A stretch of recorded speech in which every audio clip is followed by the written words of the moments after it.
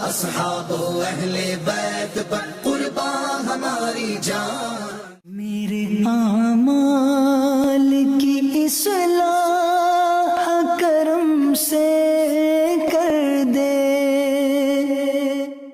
الحمدللہ رب العالمین والصلاة والسلام علی سید المرسلین، اما بعد فاعوذ باللہ من الشیطان الرجیم، بسم اللہ الرحمن الرحیم۔ الصلاة والسلام علیک یا رسول اللہ وعلی آلک واصحابک یا حبیب اللہ۔ الصلاة والسلام علیک یا نبی اللہ وعلی آلک واصحابک یا نور اللہ۔ درود پاک پڑھنے کے بے شمار فضائل و برکات ہیں۔ فضائل درود میں بہت ساری احادیث، بہت سارے واقعات ملتے ہیں۔ ایک بڑا ہی نرالا واقعہ، بلکہ اگر میں یہ کہوں کہ آپ کی اور میری آمد کا اس دنیا میں جو ذریعہ بنا ہے، نسل انسانی کے ابتدا کا اگر کوئی ذریعہ بنا ہے تو اس میں ایک وسیلہ، ایک واسطہ، ایک ذریعہ درود پاک بھی ہے۔ ویسے تو ہم ایک حدیث قدسی بھی ہے جس کا مضمون ہے کہ رب فرماتا ہے کہ اے محبوب، اگر میں تمہیں نہ بناتا تو یہ کائنات کو نہ بناتا، نہ زمین بناتا، نہ آسمان بناتا ہے۔ جب ہم اعلیٰ حضرت کا شعر پڑھتے ہیں نا کہ وہ جو نہ تھے تو کچھ نہ تھا، وہ جو نہ ہو تو کچھ نہ ہو، جان ہے وہ جہان کی، جان ہے تو جہان۔ یہ تو ایک اس حدیث قدسی کی شرح ہے، لیکن ایک اور بھی پہلو ہے، ایک اور بھی زاویہ ہے۔ اب ذرا سمجھیے گا کہ جب حضرت آدم علیہ نبینا علیہ السلام کی تخلیق ہوتی ہے اور حضرت آدم علیہ السلام جنت میں تنہائی محسوس کرتے ہیں، کیونکہ آپ کی ہم جنس تو کوئی بھی نہیں تھا، آپ اکیلے ایک انسان تھے، اکیلے چلتے پھرتے تھے۔ اب اللہ تعالیٰ نے آپ علیہ السلام پر نیند طاری کر دی۔ اسی حالت میں آپ کی بائیں پسلی نکال کر اس سے حضرت حوا رضی اللہ تعالی عنہا کو تخلیق کیا گیا اور پسلی کی جگہ پر گوشت رکھ دیا گیا۔ اس عمل کے دوران آپ کو کسی تکلیف کا تو احساس نہیں ہوا، مگر جب آپ نیند سے بیدار ہوئے، یعنی اب دوسرے لفظوں میں دیکھیں تو آج ہم آپریشن کرنے کے لیے بے ہوش کرتے ہیں، اب ایک آپریشن ہونا تھا تو حضرت آدم علیہ السلام پر نیند طاری کی گئی اور بلا تکلیف آپ کی پسلی سے بی بی حوا رضی اللہ تعالیٰ عنہ کی تخلیق کی گئی۔ اب جب آپ نیند سے بیدار ہوتے ہیں تو آپ ایک نہایت خوبصورت خاتون کو اپنے قریب بیٹھا ہوا پاتے ہیں، تو آپ نے فرمایا کہ تم کون ہو؟ انہوں نے عرض کی میں عورت ہوں۔ فرمایا تمہیں کیوں پیدا کیا گیا؟ عرض کی کہ حضور اس لیے کہ مجھ سے آپ سکون حاصل کریں۔ اللہ اکبر۔ فرشتوں نے آپ علیہ السلام کے علوم کی وسعت معلوم کرنے کے لیے عرض کیا کہ ان کا نام کیا ہے؟ تو حضرت آدم نے فرمایا ان کا نام حوا ہے۔ سبحان اللہ۔ ارشاد فرمایا کیونکہ یہ ایک زندہ وجود سے پیدا کی گئی ہے۔ یاد رکھیے کہ حضرت آدم علیہ السلام کی باڈی سے، آپ کے جسم کے ایک حصے سے ضرور بی بی حوا کو بنایا گیا ہے، مگر یہ مرد و عورت کے ملاپ سے پیدا نہیں ہوئی، تو اس لیے یہ حضرت آدم کی اولاد نہیں ہے۔ اچھا، جب آپ نے حضرت حوا کو دیکھا تو آپ کے دل میں خواہش پیدا ہوئی، تو آپ نے، فرشتوں نے عرض کی اے آدم، اگر آپ ان سے نکاح کرنا چاہتے ہیں تو ان کا مہر ادا کیجیے۔ اب اس زمانے میں تو کوئی روپیہ پیسہ تھا نہیں، اس طریقے سے کوئی کرنسی تھی نہیں۔ آپ نے کہا مہر کیا ہے اس کا؟ تو ارشاد ہوا کہ ان کا مہر یہ ہے کہ آپ ہمارے سردار جناب محمد مصطفیٰ صلی اللہ تعالی علیہ وسلم پر 3 یا 10 مرتبہ درود پاک پڑھیں۔ چنانچہ درود پاک کی برکت سے حضرت آدم اور حضرت حوا کا نکاح ہو گیا، اور سبحان اللہ جو اس کے بعد نسل انسانی چلتی ہے وہ اس نکاح کے بعد چلتی ہے۔ تو ہم کہہ سکتے ہیں کہ نبی پاک کا نام، میرے آقا کا ذکر، نبی پاک پر درود، یہ کمال کا وظیفہ ہے جو حضرت آدم اور حضرت حوا کے درمیان مہر بنتا ہے۔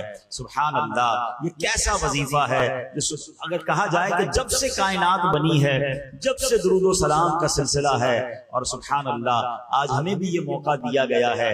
ہمیں پتہ ہے کہ ہماری زبانیں کتنی گندی ہیں، ہمیں معلوم ہے کہ ہم کتنے گناہگار ہیں. سچی بات تو یہ ہے کہ ہم پر احسان کیا گیا ہے کہ ہمیں موقع دیا گیا ہے کہ جناب رسول اللہ صلی اللہ تعالی علیہ وسلم پر درود پاک پڑھ لیا کریں.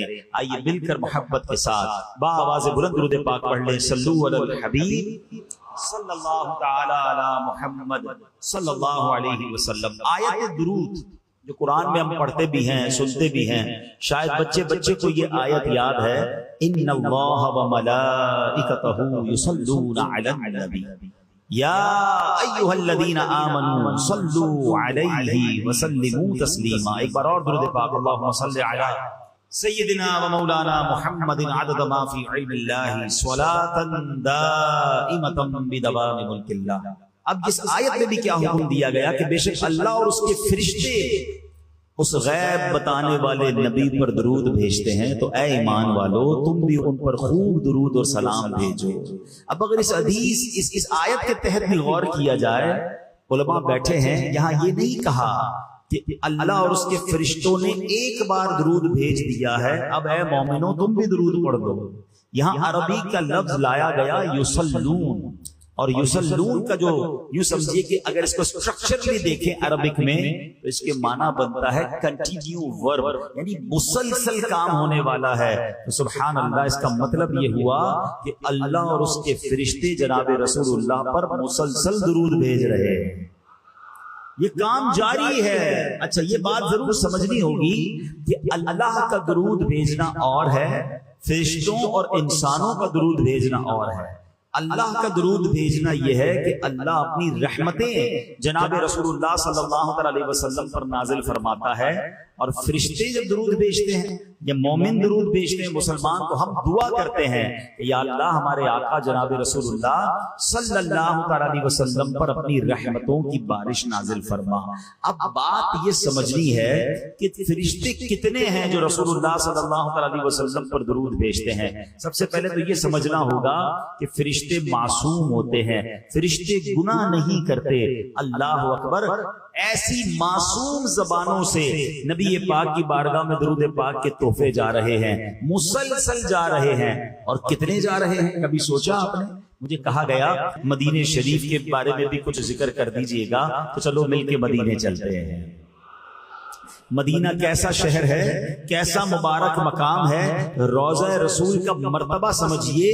روایتوں میں آتا ہے کہ صبح 70,000 فرشتے حاضری دیتے ہیں، پھر شام نبی پاک کی بارگاہ میں 70,000 فرشتے حاضری دیتے ہیں، اور جو ایک بار حاضری دیتا ہے اسے دوبارہ حاضری کا موقع نہیں ملتا. اللہ اکبر. یہ کیسی بات ہے کہ صرف 12 گھنٹے کی کم و بیش حاضری ملتی ہے. پہلے تو دربار مصطفیٰ کا مرتبہ سمجھیے کہ جہاں صبح 70,000 آتے ہیں، شام 70,000 فرشتے آتے ہیں اور آقا کی بارگاہ میں سلام پیش کرنے آتے ہیں. یہ تو مرتبہ دربار مصطفیٰ پتہ چل رہا ہے. مگر سوال یہ ہے کہ فرشتوں کو اتنی مختصر حاضری کا موقع کیوں اور دوبارہ کیوں نہیں ملتا؟ اللہ اکبر. بریلی کے تاجدار امام عشق و محبت کیا خوبصورت انداز میں سمجھاتے ہیں کہ یہ معمہ کیا ہے، یہ معاملہ کیا ہے. آپ کہتے ہیں 70,000 صبح ہیں، 70,000 شام، یوں بندگی زلف و رخ آٹھوں پہر کی ہے. وہ کہتے ہیں کہ صبح 70,000 آتے ہیں، شام 70,000 آتے ہیں، ان کی ڈیوٹیاں اسی طرح لگی ہوئی ہیں، اور کہتے ہیں جو ایک بار آئے دوبارہ نہ آئیں گے. کیوں؟ رخصت ہی بارگاہ سے بس اس قدر کی ہے. ان کے پاس اجازت ہی اتنی ہے. مگر سوال یہ ہے کہ یہ اجازت مختصر کیوں ہے؟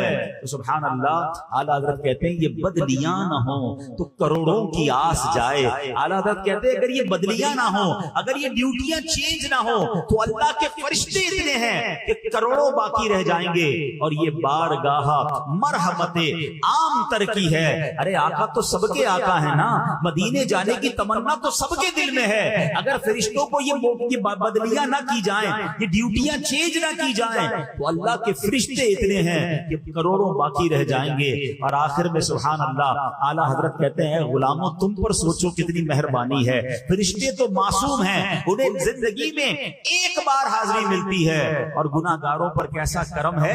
وہ فرماتے ہیں معصوموں کو تو عمر میں صرف ایک بار معصوموں کو تو عمر میں صرف ایک بار آسی پڑے رہیں تو صلاح عمر بھر کی ہے. مدینہ چھوڑ کے ہم آتے ہیں, آقا نہیں بھیجتے, ہم پڑے رہے تو وہاں سے تو صلاح عمر بھر کی ہے. خود نبی یہ بات فرماتے ہیں کہ تم میں سے جس سے ہو سکے وہ مدینے میں مرے, کہ جو مدینے میں مرے گا میں اس کی شفاعت کروں گا.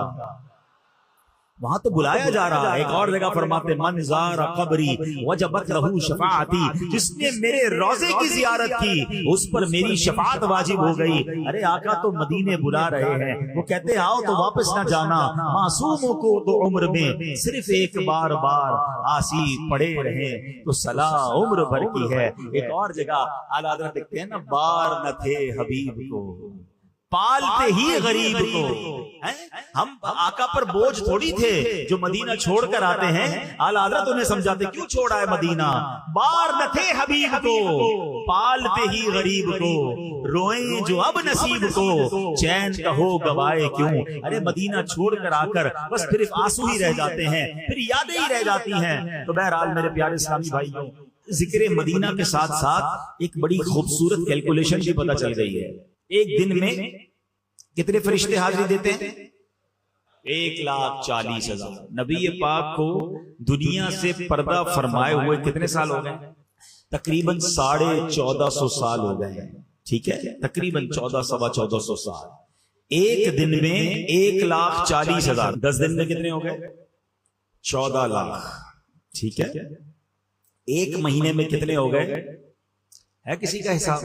42 لاکھ. ٹھیک ہے, ایک مہینے میں 42 لاکھ فرشتوں نے حاضری دی, اور ان فرشتوں نے حاضری دی جو دوبارہ نہیں آئیں گے. ٹھیک ہو گیا. ایک سال میں کتنے ہو جائیں گے؟ 10 سال میں کتنے ہو جائیں گے؟ 100 سال میں کتنے ہو جائیں گے؟ اور 1400 سال میں کتنے ہو جائیں گے؟ آپ کے کیلکولیٹر جواب دے جائیں گے, آپ کا کمپیوٹر جواب دے جائے گا. اچھا یہ تو دے چکے حاضری, سلسلہ تو روز جاری ہے نا, اور یہ حاضریاں کب تک ہوں گی؟ صبح قیامت تک. اس کیلکولیشن سے, اس عشق والی کیلکولیشن سے ایک بات سمجھنے کو یہ مل رہی ہے, اللہ کے فرشتے ہیں کتنے ہیں؟ قرآن پاک میں رب نے خود فرمایا کہ اللہ کے لشکروں کو اللہ کے سوا کوئی اور نہیں جانتا, ہم گن بھی نہیں سکتے. اب ذرا سوچئے کتنے فرشتے ہیں, انکاؤنٹیبل, اتنی تعداد, اربوں نہیں خربوں نہیں, اس سے بھی زیادہ. لیکن ان تمام فرشتوں کی ڈیوٹی کیا ہے؟ ان اللہ وملائکتہ یصلون علی النبی. سمجھ رہے ہو بات؟ ان سب فرشتوں کو ایک کام پہ لگایا ہوا ہے کہ نبی پاک پر درود پڑھتے رہنا ہے, پڑھتے رہنا ہے. اب سوچئے میرے آقا کو ہمارے اور آپ کے درود کی حاجت نہیں ہے. ان کے دربار میں تو ہر لمحہ, ہر سیکنڈ کروڑوں اربوں خربوں وہ بھی فرشتوں کی زبان سے درود پہنچ رہے ہیں. ہمیں تو موقع دیا گیا ہے کہ اے غلاموں تم بھی درود پڑھ لو, تمہاری بھی بگڑی بنا دی جائے گی, تمہاری بھی جھولی بھر دی جائے گی. تو درود کی اہمیت سمجھیے. علماء بیٹھے ہیں, قرآن پاک میں بہت سارے احکام رب نے فرمایا, حکم دیا نماز پڑھو, زکات دو, روزہ رکھو, حج کرو, بہت سارے احکام ہیں. کہیں یہ نہیں فرمایا کہ میں بھی یہ کام کرتا ہوں, فرشتے بھی کرتے ہیں, اے ایمان والو تم بھی شامل ہو جاؤ. یہ صرف درود پاک ہے جس کا یہ مقام ہے. اللہ کرے کہ بات سمجھ آ جائے اور درود پاک کی اہمیت سمجھ آ جائے. اللہ مجھے اور آپ کو کثرت سے درود پاک پڑھنے کی توفیق عطا فرمائے. ایک بار پھر بآواز بلند درود پاک, صلو علی الحبیب صلی اللہ تعالی علی محمد صلی اللہ علیہ وسلم. آج میں نے جو موضوع سوچا ہے, جو آج کے لحاظ سے میں نے, کیونکہ بات ہی حضرت آدم کی ہوئی ہے, حضرت حوا کی ہوئی ہے, تو آئیے چلتے ہیں اسی دور میں. اور اس دور میں بہت سارے واقعات ہوئے. حضرت آدم کو جب سجدہ کرنے کا حکم دیا گیا تو ایک بدبخت تھا جس نے سجدہ نہیں کیا. حالانکہ وہ پہلے سے بدبخت نہیں تھا, فرشتوں کا استاد بھی تھا, جنت کا خزانچی بھی تھا, ہزاروں سال عبادت بھی کی تھی, مگر شیطان مردود نے سجدہ نہیں کیا. اور نہ کرنے کی وجہ کیا بنی کہ اس نے کیا کہا کہ اے اللہ میں آدم کو کیوں سجدہ کروں, انا خیر من, میں اس سے بہتر ہوں. خلقتنی من نار وخلقتہ من طین، اے اللہ تو نے مجھے آگ سے بنایا ہے، اس کو مٹی سے بنایا ہے، میں اس سے بہتر ہوں. یعنی تکبر کیا، پراؤڈ کیا. تکبر کہتے ہی اس کو ہیں کہ بندہ اپنے آپ کو کسی سے برتر سمجھے اور کسی کو اپنے آپ سے معاذ اللہ کمتر یا ذلیل سمجھے. اس مردود نے جب تکبر کیا، سجدہ کرنے سے انکار کیا، تو اس کے بعد کیا ہوا؟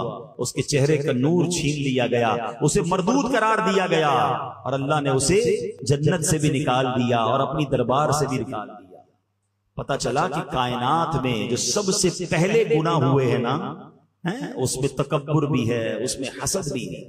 شیطان مردود کو حسد بھی بڑا تھا، جبھی تو حضرت آدم کو سجدہ نہیں کیا نا. اب اس شیطان نے ایک اور گناہ کروایا حضرت آدم کی اولاد میں، اور یہ گناہ ہوا قابیل اور حابیل کے درمیان. حضرت آدم کے ہر بار، یعنی بی بی حوا رضی اللہ تعالیٰ عنہ کے جب پریگننسی ہوتی تھی، حمل ہوتا تھا، تو ایک لڑکا پیدا ہوتا، ایک لڑکی پیدا ہوتی. اللہ کی شان دیکھیں، اللہ نے اس نسل انسانی کو کس اپنے حکمت بھرے انداز میں چلایا کہ ہر حمل میں ایک لڑکا پیدا ہوتا، ایک لڑکی پیدا ہوتی، اور جب اگلے حمل میں ایک اور لڑکا لڑکی پیدا ہوتی تو ان کا آپس میں نکاح ہو سکتا تھا. یعنی مثال کے طور پہ ایک باری میں جو لڑکا اور لڑکی پیدا ہوتے وہ بھائی بہن کہلاتے تھے، مگر اگلی باری میں جو لڑکا لڑکی پیدا ہوتے وہ ان کے بھائی بہن نہیں، اس حوالے سے نہیں ہوتے تھے کیونکہ ان کا نکاح جائز تھا، اور یہ اس زمانے کی شریعت میں جائز تھا، اور اس لیے ضروری تھا کہ اسی سے نسل انسانی میں آگے بڑھنا تھا.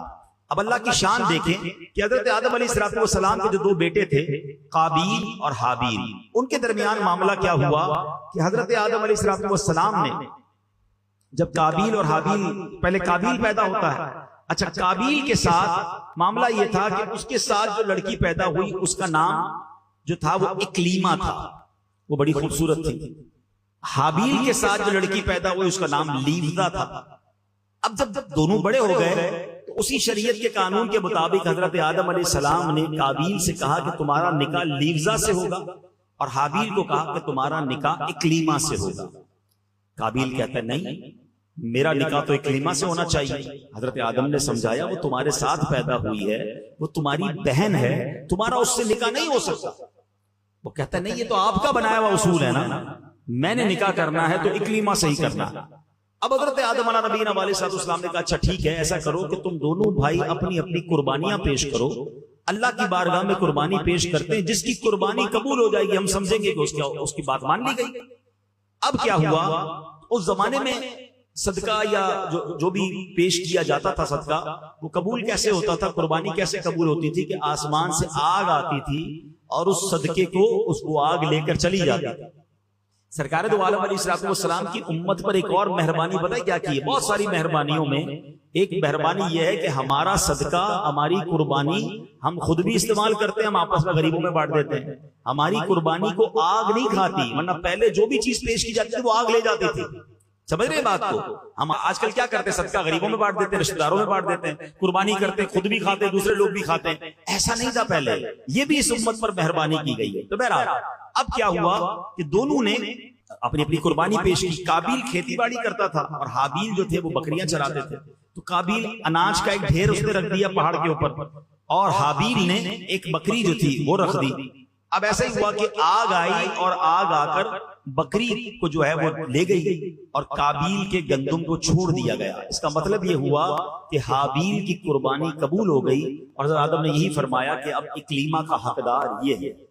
اب یہ فیصلہ تو آپ نے سنا دیا، مگر اب قابیل جو بھائی تھا اس کے دل میں اپنے بھائی کے لیے حسد پیدا ہو گیا کہ یہ وہ لڑکی ہے جس سے مجھے شادی کرنی تھی، اس کو مل گئی. اور بالآخر اس حسد کی بنا پر قابیل نے حابیل کو قتل کر دیا. اس دنیا میں سب سے پہلا اگر قتل ہوا ہے تو وہ بھائی نے اپنے بھائی کا کیا ہے. اور وجہ کیا بنی؟ حسد وجہ بنی. حسد کیوں ہوا؟ ایک عورت کی وجہ سے ہوا. اس سب باتوں کو سمجھنا ہے. ایک بندہ جو ہے مردود ہو گیا تکبر کی وجہ سے، حسد کی وجہ سے. دوسرا بھائی نے بھائی کو قتل کیا حسد کی وجہ سے اور عورت کی وجہ سے.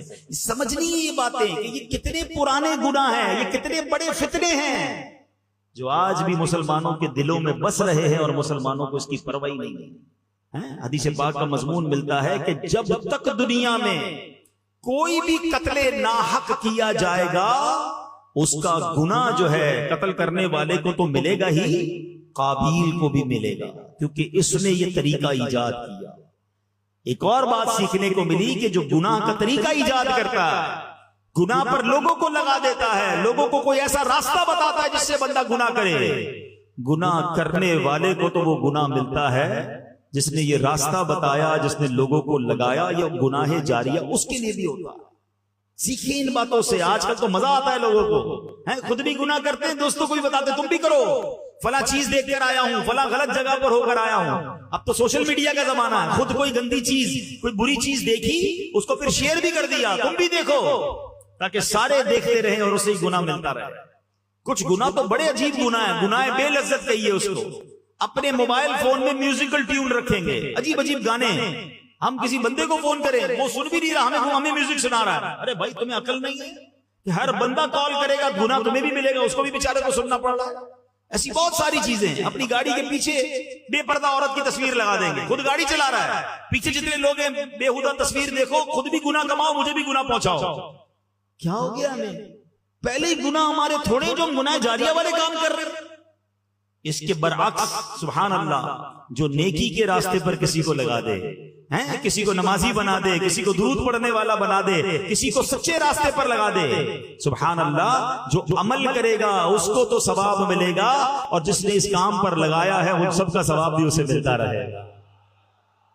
مبارک ہو دعوت اسلامی والوں کو، مبارک ہو ان علماء کرام کو، مبارک ہو مسجد کے خطیب و امام صاحبان کو جو بیانات کرتے ہیں، جو درس دیتے ہیں۔ کتنی بڑی نیکی ہے، کوئی ایک بیان میں نمازی بن جائے، کوئی ایک بیان میں گناہ کو چھوڑ دے، کوئی ایک بیان سنے ذکر و اذکار کرنے والا، درود پڑھنے والا بن جائے، کوئی حرام روزی چھوڑ دے، کوئی ماں باپ کو ستانا چھوڑ دے۔ آپ نے تو اس سے یہ کام کروا دیا، انشاءاللہ وہ جب تک نیکی کرتا رہے گا اس کو تو ثواب ملے گا، جس نے یہ کام بتایا سکھایا تھا انشاءاللہ اسے بھی ثواب ملتا رہے گا۔ ایک بزرگ کے بارے میں آتا ہے، وہ کہتے ہیں لوگوں کو مجھے روزانہ 25 نمازوں کا ثواب ملتا ہے۔ لوگوں نے کہا حضرت ہم تو 5 نمازیں پڑھتے ہیں، ہمیں 5 نمازوں کا ثواب ملتا ہے، آپ کو 25 کا کیسے ملتا ہے؟ فرمایا 5 اپنی نمازیں پڑھتا ہوں، 4 غیر نمازیوں کو نمازی بنا دیا ہے، وہ نماز پڑھتے ہیں ان کا ثواب بھی مجھے ملتا ہے۔ کتنا پیارا کاروبار ہے، کیسی زبردست یہ نیکی ہے۔ اللہ کرے یہ بات سمجھ آ جائے۔ دعوت اسلامی والے آپ کو بار بار کہتے ہیں نا مدنی قافلوں میں سفر کیا کریں، ہمارے ساتھ چلیں اجتماع کے اندر، یہ بہت اچھی نیکی ہے۔ سایہ جایا کریں ان کے ساتھ مدنی قافلوں میں، کبھی آپ کسی کو نماز کی دعوت دیں گے، کسی کو فجر کے لیے اٹھائیں گے، کسی کو انشاءاللہ اجتماع میں لائیں گے، ہمیں نہیں پتا ہم کسی کو لے کر آ رہے ہیں، اور وہ جناب گناہوں کو چھوڑ دے، نیکیوں پر عمل کرنے والا بن جائے، آپ کے ثواب کا میٹر جاری ہو جائے گا۔ چلیں آج یہ نیت کر لیں کہ زندگی بھر انشاءاللہ گناہ جاریہ والے کام سے اپنے آپ کو بچائیں گے انشاءاللہ، اور کوشش کریں گے کہ صدقہ جاریہ والے کاموں میں حصہ ملائیں گے انشاءاللہ۔ تو اب کیا ہوا، قابیل نے حابیل کو قتل تو کر دیا، مگر جس کو پتا نہیں تھا لاش کو کرنا کیا ہے، اس وقت تک تو مرا ہی نہیں تھا نا۔ اب تو ہمیں پتا ہے کہ مرنے کے بعد دفنایا جاتا ہے، اس وقت تک تو دنیا میں کوئی مرا ہی نہیں تھا۔ اب اس نے کیا کیا، اپنے بھائی کی لاش کاندھے پر اٹھا کر کئی دنوں تک گھومتا رہا، کروں کیا اس لاش کا۔ تو پھر اللہ کی شان دیکھیں، قرآن پاک میں یہ واقعہ موجود ہے کہ اللہ کریم نے 2 کوے بھیجے، ان کی آپس میں لڑائی ہوئی اور ایک کوے نے دوسرے کوے کو مار دیا۔ جب وہ مر گیا تو پنجے سے زمین کھود کر اس کوے نے دوسرے کوے کو زمین میں دبا دیا۔ تو قابیل کو پتا چلا کہ اچھا لاش کو دفنایا جاتا ہے۔ اب اس نے اپنے بھائی کو دفنایا، مگر اس کے چہرے کا نور چھن گیا، وہ بڑی عجیب و غریب آفت میں مبتلا ہوا، اور آخرکار وہ بھی دنیا سے چلا گیا۔ تو اے میرے پیارے اسلامی بھائیوں، جو بات میں سمجھانا چاہتا ہوں، جو میسج میں آج دینا چاہتا ہوں کہ ان 2 بڑی برائیوں سے اپنے آپ کو ہمیشہ بچائیے گا۔ ایک ہے تکبر اور ایک ہے حسد۔ یہ اتنی خطرناک بیماریاں ہیں جو انسان کو برباد کر دیتی ہیں۔ تکبر کرنے والوں کے بارے میں آتا ہے، بچپن سے ایک حدیث آپ نے بھی سنی ہے، میں نے بھی سنی ہے، حدیث پاک کا مضمون ہے کہ جس کے دل میں رائی کے دانے کے برابر تکبر ہوگا وہ جنت میں نہیں جائے گا۔ رائی کا دانہ کتنا ہوتا ہے؟ اتنا سا دانہ ہوتا ہے، جیسے سونف نہیں ہوتی، اتنا۔ مجھے بتاؤ اتنے دانے کے مطابق تکبر ہوگا وہ جنت میں نہیں جائے گا۔ جس کا پورا دل ہی تکبر سے بھرا ہوگا اس کا کیا حال ہوگا؟ شیطان نے ایک ہی بار تکبر کیا نا، کہا میں اس سے بہتر ہوں، انا خیر من، اور جو روز تکبر کرتا ہے اس نے ایک بار تکبر کیا وہ برباد ہو گیا، اور جو روز تکبر کر رہا ہے اس کا کیا حال ہوگا؟ تو پلیز اپنے آپ کو اس سے دور رکھیے۔ اور تکبر کیا ہے؟ کسی کو اپنے سے کمتر سمجھنا۔ اچھا بعض اوقات جب بھی تکبر کی بات ہوتی ہے نا تو ذہن میں بات یہ آتی ہے تکبر تو پیسے والے کرتے ہیں، ہم تو غریب لوگ ہیں۔ نہیں، یہ بھی شیطان کا بار ہے، ہمیں علم نہیں سیکھنے دیتا۔ تکبر یقیناً مالدار لوگ بھی کرتے ہیں، مگر علماء نے تکبر کے 8 اسباب لکھے ہیں۔ ہاں، اس میں سب سے پہلا سبب پتہ ہے کیا ہے؟ وہ ہے علم۔ ہاں، علم بھی تکبر لاتا ہے۔ کیوں؟ جب بندہ عالم بن جائے یا بہت ساری نالج آ جائے وہ دوسروں کو حقیر سمجھنے لگتا ہے۔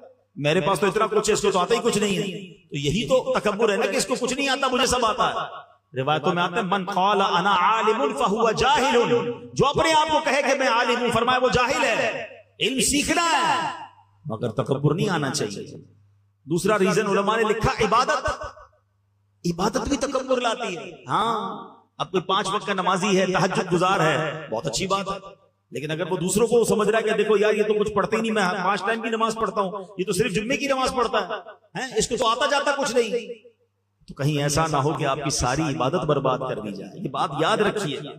وہ ایک واقعہ ہے نا کہ ایک بزرگ اپنے بیٹے کے ساتھ کہیں سفر پر جا رہے تھے، رات ہوئی، تہجد کا وقت ہوا، باپ بیٹے نے اٹھ کر تہجد پڑھی، سارے قافلے والے سو رہے تھے، صرف باپ بیٹے اٹھے تہجد پڑھنے کے لیے۔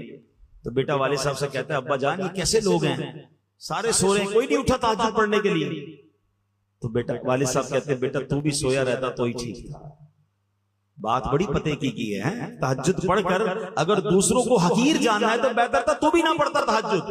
عبادت ضرور کرنی ہے مگر کسی کو حقیر نہیں جاننا۔ پھر مالدار، پیسے ہوتے ہیں تو غریب سے تکبر کر رہے ہوتے ہیں۔ خوبصورتی بھی تکبر لاتی ہے، بندہ کہتا ہے میں خوبصورت، اس کا رنگ سانولا، طاقت تکبر لاتی ہے، میری باڈی اتنی مضبوط، میری اتنی طاقت، یہ بیچارہ کمزور، یہ میرے سامنے کیا کرے گا۔ اقتدار تکبر لاتا ہے، کسی کو سیٹ مل جائے وہ سمجھتا ہے باقی کی حیثیت ہی کوئی نہیں، مسل کے رکھ دوں گا۔ یہ اقتدار پر، دولت پر، خوبصورتی پر، طاقت پر تکبر کرنے والوں کبھی اترانا نہیں، رب جب چاہے یہ سب واپس لے سکتا۔ ہم نے بڑے بڑے خوبصورتی والوں کو ایسی ایسی بیماریوں میں پڑتے دیکھا کہ چہرہ دیکھنے کے قابل نہیں رہا۔ بڑے بڑے طاقتور پہلوانوں کو بستر پر پڑتے دیکھا کہ اپنے پیروں پہ کھڑے نہیں ہو سکتے۔ بڑے بڑے مالداروں کو راتوں رات کنگال ہوتے دیکھا ہے۔ بزرگوں سے پوچھو یہ جن کی زندگی گزری انہوں نے دیکھے ہوں گے ایسے کہ زکات دینے والا دنوں کے اندر زکات لینے والا بن جاتا۔ کبھی بھی اترانا نہیں ہے۔ ہاں وَتُعِزُّ مَن تَشَاءُ وَتُذِلُّ مَن تَشَاءُ بِيَدِكَ الْخَيْرُ۔ جب بھی اللہ نے کوئی نعمت دینا اللہ سر جھکا رہے، عاجزی کہ اللہ تیری مہربانی، مجھ جیسے گناہگار کو تو نے مال دے دیا ہے، مجھ جیسے خطاکار کو اتنی اچھی شکل دی، مجھ جیسے خطاکار کو اتنا بڑا نام شہرت دے دی۔ تکبر نہیں کہ دانا خاک میں مل کر گلے گلزار ہوتا، اترانے والا، گھمنڈ کرنے والا بربادی ہوتا ہے۔ اللہ کرے یہ بات سمجھ آ جائے کہ تکبر اس کائنات میں ہونے والے سب سے اولین گناہوں میں سے گناہ ہے، اور اس کا نتیجہ بربادی ہے۔ روایتوں میں آتا ہے تکبر کرنے والے کو قیامت کی دن چوٹیوں کی شکل میں لایا جائے گا اور لوگ ان کے اوپر سے چلتے ہوئے گزر رہے ہوں گے۔ یہ جو بڑے بڑے تکبر کرتے نا، غریب آدمی کو قریب نہیں آنے دیتے، کبھی بھی نہ کیجیے گا ایسے، بلکہ مشورہ دوں گا کہ جس کو کوئی منہ نہ لگائے، جس کو کوئی قریب نہ بٹھائے، آپ اس کو اپنے قریب بٹھایا کریں، پیار دیا کریں، انشاءاللہ اس کی دعا لگ گئی تو تمہارا بیڑا پار ہو جائے۔ ہاں، بعض اوقات مسجد کے خادم سے کوئی ہاتھ نہیں ملاتا، ہمارے دفتر میں کوئی چوکیدار ہو جو بیچارہ سب کا دروازہ کھول رہا ہے، اس کو سلام ہی نہیں کرتا، رک جائیں، پہلے اس کو سلام کریں۔ مسجد کے خادم کو کبھی سینے لگا لیں۔ سچی بتاؤں کبھی کبھی تو ایسے لوگ رو پڑتے ہیں کیونکہ ان کو کتنا عرصہ ہوا کسی نے طبیعت بھی نہیں پوچھی ہوتی ہے، سینے بھی کوئی نہیں لگاتا ہے انہیں۔ کبھی کبھی آپ نے دیکھا ہوگا نمازیوں میں کوئی ایسا بندہ ہوتا ہے جس کے بیچارے کے ہاتھ پیر ٹھیک نہیں ہوتے، معذور نہیں ہوتے، جس طرح کبھی کبھی رال بھی ٹپک رہی ہوتی ہے، ہاتھ پیر بھی ٹیڑھے ہوتے ہیں، وہ چل بھی صحیح نہیں پا رہے ہوتے ہیں، مسجد میں ہاتھ بھی کوئی نہیں ملاتا، اگر اس سے ہاتھ ملاؤں گا تو میرا ہاتھ گندا ہو جائے گا۔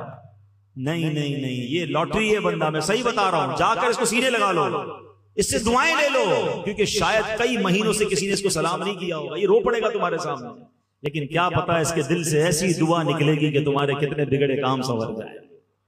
نبی پاک اپنے غلاموں کے گھر جاتے تھے، پیارے آقا غلاموں کو ساتھ بٹھا کے کھانا کھلاتے، اپنی سواری پر اپنے غلاموں کو بٹھاتے تھے۔ ہم کہتے ہیں میرا ملازم میرے ساتھ بیٹھ کر کھانا کھائے گا، میری آپ کی اوقات کیا ہے؟ اگر آج جو دیا ہے وہ رب نے دیا ہے، کبھی اترانا نہیں. انشاءاللہ آپ عاجزی کر کے دیکھیں، اللہ آپ کی عزتوں میں اور اضافہ فرمائے گا. اور جو دوسرا گناہ ہے حسد، اللہ اکبر، یہ تو ایسا دلوں میں بس گیا، بھائی کو بھائی سے، بہن کو بہن سے، دوست کو دوست سے حسد ہو گیا. کہتا کوئی نہیں ہے مگر دل میں پال کے بیٹھے ہیں. حسد کیا ہے؟ What is the definition of jealousy? ذرا یہ بھی سمجھ لو. حسد کہتے ہیں کہ بندہ کسی کی نعمت دیکھ کر یہ تمنا کرے کہ یہ نعمت اس سے چھن جائے اور مجھے مل جائے، اور اگر مجھے نہ ملے تو کم از کم اس کی تو برباد ہو جائے. اب آپ سوچیں اس کا دل کتنا گندا ہے کہ کسی اپنے مسلمان بھائی کی نعمت دیکھ کر اسے تکلیف ہو رہی ہے. اچھا اس میں پتہ یہ کتنا بڑا گناہ ہے. حدیث پاک میں آیا کہ حسد وہ بیماری، حدیث کا مضمون ہے، جو ایمان کو مونڈنے والی بیماری ہے. حسد ایمان کو ایسے برباد کرتا ہے جیسے سرکہ جو ہے وہ شہد کو برباد کرتا ہے. سرکے کو شہد میں ڈالے شہد خراب ہو جائے. فرمایا ایمان ایسے خراب ہو جائے گا جس کے دل میں حسد ہوگا. اللہ اکبر. فرمایا حسد نیکیوں کو ایسے کھا جاتا ہے جیسے آگ لکڑیوں کو کھا جاتی ہے. سردیوں میں لکڑیاں جلاتے ہو نا، کیا ہوتا ہے تھوڑی دیر کے بعد؟ لکڑیاں ختم، خاک. فرمایا نیکیاں ایسے جل کر ختم ہو جاتی ہیں. کتنی بڑی بے وقوفی ہے کہ میں روزے بھی رکھوں، نماز بھی پڑھوں، تلاوت بھی کروں، اور اس کے بعد حسد کر کے اپنی نیکیوں کو خود ہی آگ لگا دوں.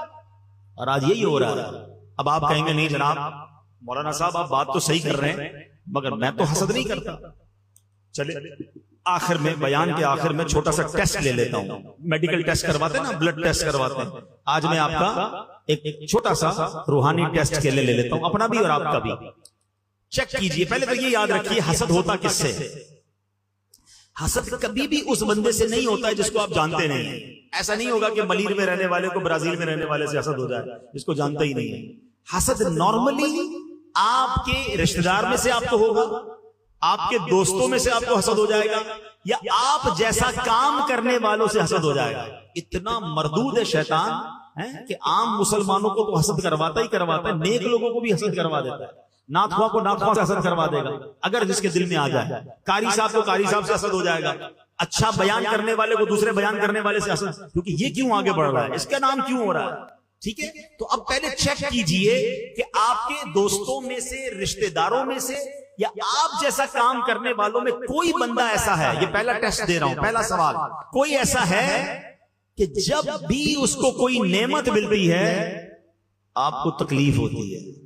کوئی آ کر بتاتا ہے بھائی پتا چلا اس نے نیا گھر لے لیا، اچھا ایک اور گھر بنا لیا، بھائی اس نے نئی موٹر سائیکل لی ہے، اچھا اس کے سامنے بولیں گے ماشاءاللہ ماشاءاللہ، اندر تکلیف ہو رہی ہے، اچھا ایک نئی موٹر سائیکل، نیا موبائل لے لیا، اور ترقی ہو گئی اس کی نعمت بڑھتی ہے. اور اگر آپ کو تکلیف ہوتی ہے تو اس کا مطلب آپ کے دل میں کہیں حسد تو نہیں آ گیا. پہلا ٹیسٹ. دوسرا ٹیسٹ.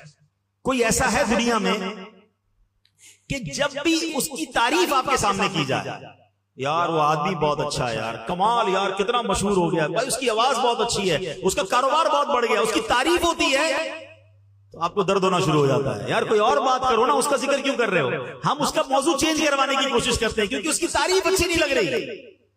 چیک کیجئے اپنے دل کو کہ مسلمان کی تعریف آپ کو اچھی کیوں نہیں لگ رہی ہے. اس کا مطلب کچھ یہاں گڑبڑ ہے. تیسرا ٹیسٹ. کوئی ایسا ہے کہ جب اس کا نقصان ہوتا ہے، وہ بدنام ہوتا ہے، اس کے بارے میں کوئی بری بات سامنے آتی ہے تو آپ کو مزہ آنے لگتا ہے، اوہ یہی تو میں چاہتا تھا، یہ برباد ہو جائے. مثال کے طور پہ کوئی آ کر بتاتا ہے یار پتہ چلا اس کی گوڈاؤن میں آگ لگ گئی، اچھا سامنے تو کیا کہیں گے، اوہ ہو بہت افسوس ہوا، دل میں لڈو پھوٹ رہے ہیں، میں تو چاہتا یہی تھا برباد ہو.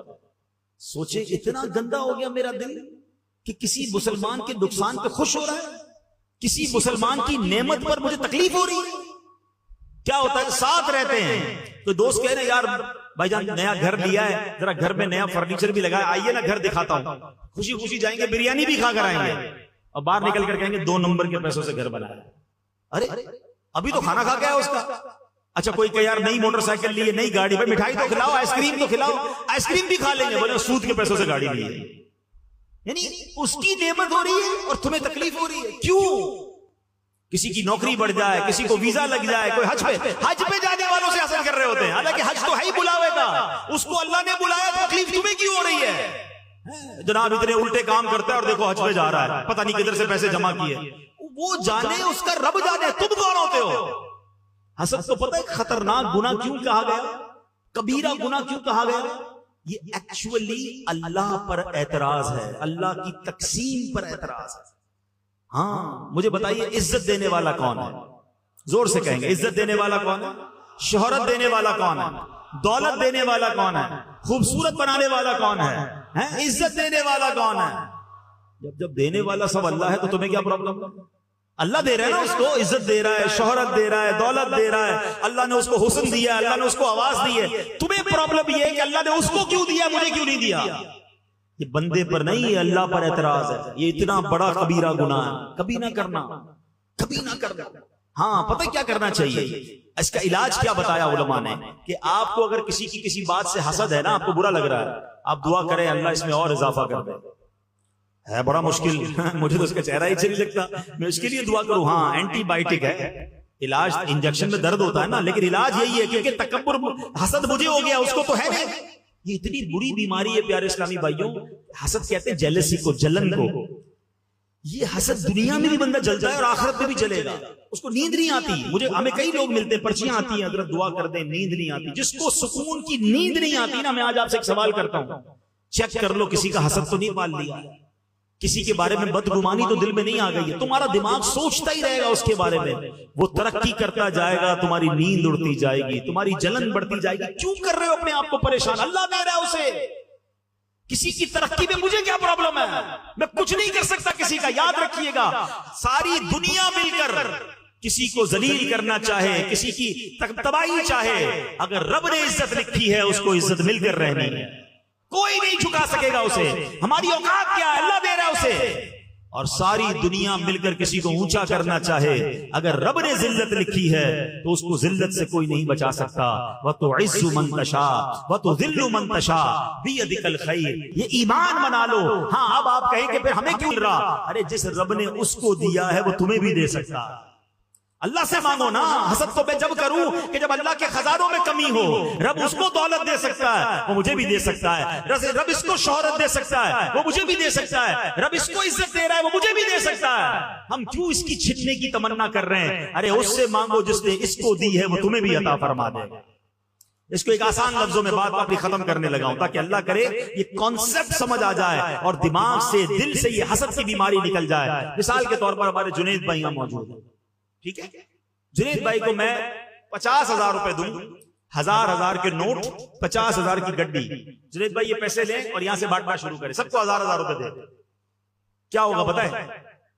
جیسے جنید بھائی بانٹنے لگیں گے نا، تھوڑی دیر کے بعد یہاں والے بندے اٹھیں گے اور آگے بڑھیں گے کہ میں جنید بھائی سے فوراً لے لوں، کیونکہ عبدالحبیب بھائی نے کہا تھا 50,000 ہیں اور بندہ تو ادھر کئی 100 بیٹھے ہوئے ہیں، یہ 50 کے بعد تو نوٹ ختم ہو جائیں گے۔ جنید بھائی بانٹیں گے اور ہماری باری نہیں آئے گی، تو کچھ لوگ آگے بڑھیں گے اور جنید بھائی کے ہاتھ سے چھیننے کی کوشش کریں گے کہ 50,000 ختم ہونے سے پہلے ہمیں بھی مل جائیں۔ ایسا ہی ہے نا، کیونکہ ہمیں یہ خوف ہوگا کہ ان کے پاس تو ہیں 50,000۔ سبحان اللہ۔ اب بات ذرا سمجھ لو، جنید بھائی کے پاس 50,000 تھے جو ختم ہو جائیں گے، اس لیے ادھر والوں کو ٹینشن ہونا سمجھ آتا ہے۔ میرے رب کے خزانے نہ ختم ہونے والے ہیں، اس کے کرم کے خزانے ختم ہونے والے نہیں ہیں۔ وہ اگر کسی کو بانٹ رہا ہے تو تمہیں کیا ٹینشن ہے؟ اس رب سے کہو نا یا اللہ اس کو اور دے دے اور مجھ گناہگار پر بھی کرم فرما دے، مجھے بھی دے دے۔ حسد کیوں کروں میں؟ اللہ کے خزانے بھرے ہوئے ہیں، ہم حسد کر کے اپنے ہی نقصان کر رہے ہیں، اللہ کو اور ناراض بھی کر رہے ہیں۔ حسد کرنے والے کو نہیں ملتا، سب کا بھلا سوچنے والے کا بھی بھلا ہو جاتا ہے۔ ایک جملہ آج یاد کر جاؤ، انشاءاللہ زندگی پرسکون ہو جائے گی۔ بزرگان دین سے سنا تھا، سب کا بھلا سب کی خیر، سب کے بھلے میں اپنی خیر۔ مل کے دوہرا لو، سب کا بھلا سب کی خیر، سب کے بھلے میں اپنی خیر۔ بھلا سوچو۔ آپ کو کوئی آ کر کہے نا ارے بھائی اس نے نیا گھر بنایا، اللہ اس کو اور دے۔ کوئی کہے یار اس کی عزت بہت بڑھ گئی، ہمارے ملیر میں رہتا تھا، محلے میں کوئی نہیں جانتا تھا، آج سوری دنیا میں لوگ اس کو جانتے ہیں، یا اللہ اس کی عزت میں اور اضافہ کر، اے اللہ اس کی دولت میں اور اضافہ۔ سب کا بھلا سوچو یار، حسد کیوں کرنا ہے؟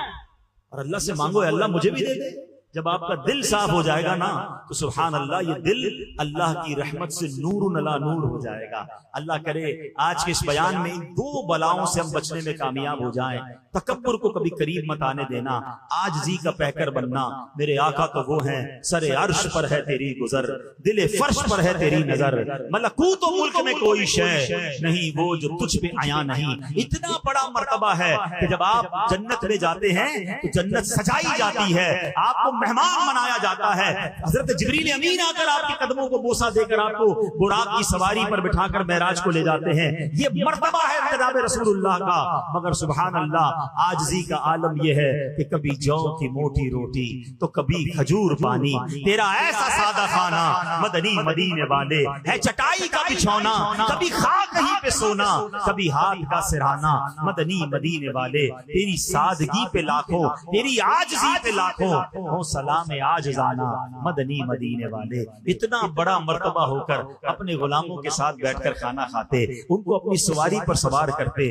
میں اور آپ تو ان کے جوتے مبارک کی, نالین مبارک کی لگے ہوئے خاک کے ذرے کے برابر بھی نہیں ہیں. ہم کس لیے اتراتے ہیں, ہم کس بات پر گھمنڈ کرتے ہیں؟ اللہ نبی پاک کی عاجزی کا صدقہ ہم سب کو نصیب فرما دے. اور پھر حسد کو قریب نہیں آنے دیں. آپ پرسکون ہو جاؤ گے. آپ کسی کا حسد کر کے بگاڑ نہیں سکتے. یاد رکھیے گا جس سے حسد ہے نا آپ کو, اس کا کچھ نہیں جاتا, جاتا ہمارا ہی ہے. بیڑا غرق ہمارا ہی ہو رہا ہے. ٹینشن میں ہم ہی ہیں, تو کیوں بانٹوں بھائی یہ بیماری؟ نیکی الگ برباد ہو رہی ہیں, زندگی الگ بے سکون ہو رہی ہے. تو پوزیٹو سوچیں, اچھا سوچیں. آخر میں حسد کا علاج بتا دیتا ہوں. تکبر اور حسد دونوں کا علاج لے جاؤ. بیماری ہے نا, بیماری کا علاج بھی تو ہونا چاہیے. سب سے اچھا علاج یہ ہے کہ بندہ دعا کرے. ہاں, الدعاء سلاح المومن, دعا مومن کا ہتھیار ہے. اللہ سے دعا کرے یا اللہ میرے دل کو تکبر سے حسد سے پاک فرما. یہ بار بار دعا کیا کریں. اور بھی دل کی بیماریاں ہیں, عجب ہے, خود پسندی ہے, ریاکاری ہے, یہ عجیب عجیب بیماریاں. ایک بیان میں بہت ساری چیزیں تو بیان نہیں کر سکتا, مگر اللہ سے پہلے تو دعا کریں کہ اللہ دل صاف کر دے. اس دل کو اگر مدینہ بنانا ہے نا, ایک طرف تو دعا کرتے ہو سینہ بنے مدینہ, اور سینے میں تکبر بھی پالا ہوا ہے, اسی میں اس میں جناب غرور بھی ہے, حسد بھی, اور کہتے ہیں دل میں بسے مدینہ. کیسے دل میں مدینہ آئے گا؟ کیسے عشق رسول آئے گا؟ پہلے گندگی صاف کرو, پھر دیکھو مدینے والے کیسے کرم فرماتے ہیں انشاءاللہ. ایک تو پہلا علاج کیا ہو گیا؟ دعا. دوسرا حسد کا علاج ہے کہ جس بندے سے حسد ہوا ہے پہلے تو چیک کر لو. اس کو بتانا نہیں, ہاں اس کو بتانا نہیں ہے. پتا چل جائے گا آپ کو کہ مجھے کس سے پرابلم ہے, پتا چل جائے نا, آپ اس کے لیے دعا کرنا شروع کر دیں. یہ تھوڑا سا مشکل ہے, آپ کو تکلیف ہوگی شروع میں. اچھا, جس چیز سے حسد ہے نا اسی چیز کی دعا کریں. کہ آپ کو اس کی دولت سے تکلیف ہوتی ہے, یا اللہ اس کے مال میں اور برکت دے دے. کسی کی شہرت سے تکلیف ہے, اللہ اس کی شہرت میں اور اضافہ کر دے. کسی کے حسن سے تکلیف ہے, یا اللہ اس کے حسن میں اور برکت دے دے. تو آپ کہیں گے یار کیسی بات کر رہے ہو مولانا صاحب, بندہ ہی اچھا نہیں لگتا, کیسے دعا کروں گا؟ ہاں دعا کرو گے تو تکلیف ہوگی, مگر ایک وقت آئے گا کہ آپ کا دل جب صاف ہو جائے گا نا, کوئی آ کر کہے گا یار اس کی دولت میں اور اضافہ ہو گیا. آپ کہیں گے میں بھی تو دعا کرتا ہوں, اضافہ تو ہونا ہی تھا, ہے نا, دل صاف ہو جائے گا. تیسرا حدیث پاک میں آتا ہے تحفہ دو محبت بڑھے گی. جس سے حسد ہو گیا نا, اس کے پاس جا کر اچھے طریقے سے ملاقات کر کے اس کو کوئی تحفہ پیش کریں, عطر دے دیں, سوٹ دے دیں, جو بھی آپ بہتر سمجھتے ہیں. یہ بھی مشکل ہے, بندے کا چہرہ اچھا نہیں لگ رہا, اس کو تحفہ دوں. اس کو پرابلم نہیں, پرابلم میرے دل میں, مجھے بیماری دور کرنی ہے تو جا کے تحفہ دو تاکہ حسد دور ہو جائے. ہاں مگر ایک غلطی مت کرنا کہ جا کر کہنا بھائی گیا تھا بیان سننے, انہوں نے بتایا جس سے حسد ہو جائے اس کو تحفہ دو, اس لیے تم سے حسد ہو گیا تھا تو تحفہ لے کر اور گڑبڑ ہو جائے گی. اس کو بتانا نہیں ہے, بغیر بتائے تحفہ دیں تاکہ محبت ہو, دل مل جائیں اور میرا دل صاف ہو جائے. الحمدللہ دعوت اسلامی کے پیارے ماحول میں ایسی پیاری باتیں سکھائی جاتی ہیں. ہمیں جسمانی امراض کے ساتھ ساتھ جو باطنی امراض ہیں اس کا علم اور اس سے بچنے کا بھی درس دیا جاتا ہے. دعوت اسلامی کے مدنی ماحول سے وابستہ ہوں, اجتماعات میں آتے رہیں, مدنی قافلوں میں سفر کریں تو انشاءاللہ یہ دل بھی صاف ہونے لگ جائے گا. اللہ پاک ہمیں دل کی بیرونی بیماریوں سے بھی اور اندرونی بیماریوں سے بھی شفا عطا فرمائے, اور ہمارے سینے کو جناب رسول اللہ صلی اللہ علیہ وسلم کے عشق کا مدینہ بنا دے. رہیں ان کے جلوے, بسیں ان کے جلوے. کیا خوبصورت التجا ہے. مولانا حسن رضا خان صاحب کہتے ہیں رہیں ان کے جلوے, بسیں ان کے جلوے, میرا دل بنے یادگار مدینہ, میری خاک یا رب نہ برباد جائے, پسے مرگ کر دے غبار مدینہ. آمین بجاہ النبی الامین صلی اللہ تعالی علیہ وسلم صلو علی الحبیب الحمدللہ رب العالمین والصلاة والسلام علی خاتم النبیین یا ارحم الراحمین یا ارحم الراحمین یا ارحم الراحمین یا ربنا یا ربنا یا ربنا یا ربنا یا ربنا یا اللہ یا رحمان یا رحیم اللهم ربنا آتنا في الدنيا حسنة وفي الآخرة حسنة وقنا عذاب النار وقنا عذاب القبر وقنا عذاب الحشر وقنا حساب الميزان۔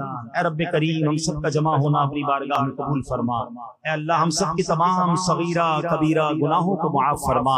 ہمارے والدین کی، نبی پاک علیہ الصلوۃ والسلام کی ساری امت کی بخشش فرما۔ اے اللہ ہماری زندگی میں جو ٹوٹے پھوٹے نیک اعمال ہیں نبی پاک صلی اللہ تعالی علیہ وسلم کی بارگاہ میں ہدیۃً تحفۃً عقیدۃً پیش کرتے ہیں، قبول فرما۔ پیارے آقا کے وسیلہ جلیلہ سے تمام انبیاء کرام، صحابہ کرام، تابعین، تبع تابعین، اولیاء کاملین، بالخصوص شیخ عبد القادر جیلانی رحمۃ اللہ تعالی علیہ کی بارگاہ میں پیش کرتے ہیں، قبول فرما۔ تمام مسلمین، تمام مسلمات ان کی روح کو پیش کرتے ہیں، قبول فرما۔ ہم سب کے والدین میں سے کوئی ایک رشتہ دار دنیا سے چلے گئے، اے اللہ ہم سب کی ارواح کو پیش کرتے ہیں، قبول فرما۔ اے اللہ تمام سرکار علیہ الصلوۃ والسلام کی امت کو پیش کرتے ہیں، قبول فرما۔ آج کے اس اجتماع کو ہم سب کی مغفرت کا ذریعہ بنا۔ اے اللہ جو آج بیان سنا اسے یاد رکھنے، عمل کرنے، دوسروں تک پہنچانے کی توفیق عطا فرما۔ ہمارے دلوں کو حسد سے پاک کر دے، تکبر سے پاک کر دے، ریاکاری سے پاک کر دے، خود پسندی سے پاک کر دے۔ اے اللہ ہمارے سینوں کو نبی پاک کے عشق کا مدینہ بنا دے۔ اے اللہ جتنے بیمار ہیں انہیں شفا عطا فرما۔ کئی لوگوں نے پرچیاں دی ہیں، پیغام بھجوائے ہیں، اے اللہ تو سب کے نام بھی جانتا ہے اور کام بھی جانتا ہے، آج سب کی جھولیاں بھر دے۔ اے اللہ جو پریشان حال ہیں ان کی پریشانیاں دور فرما۔ بے اولادوں کو نیک اور صالح اولاد عطا فرما۔ جو قرضوں میں ڈوبے ہیں اللہ ان کے قرضے اتر جائیں۔